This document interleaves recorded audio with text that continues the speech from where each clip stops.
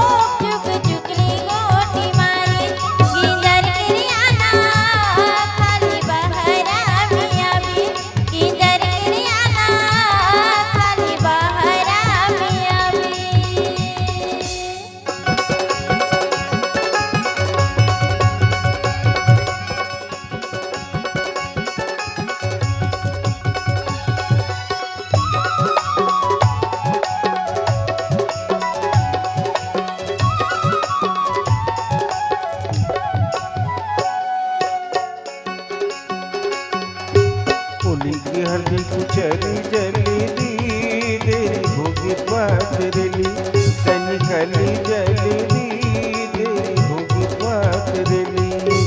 होली की हल्दी कुचली जली दी तेरी भोगी पाथरेली कनी खली जली दी चुप चुप ले गोटी मारे पिंजर के आना खाली बहरा में आवे पिंजर के आना खाली बहरा में आवे।